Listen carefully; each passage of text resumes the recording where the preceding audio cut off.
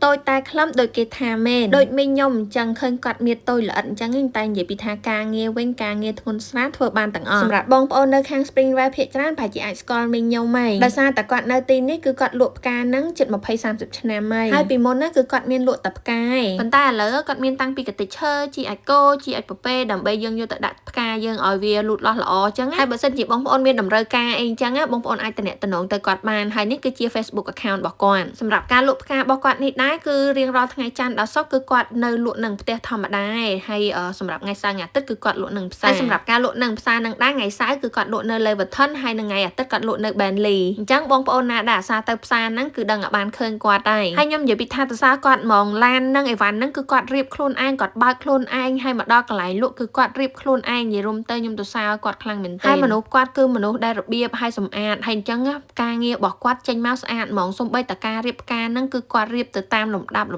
បស់វាអញ្ចឹងណាហើយដាក់តាមប្រភេទជាជួរនិយាយរួមទៅ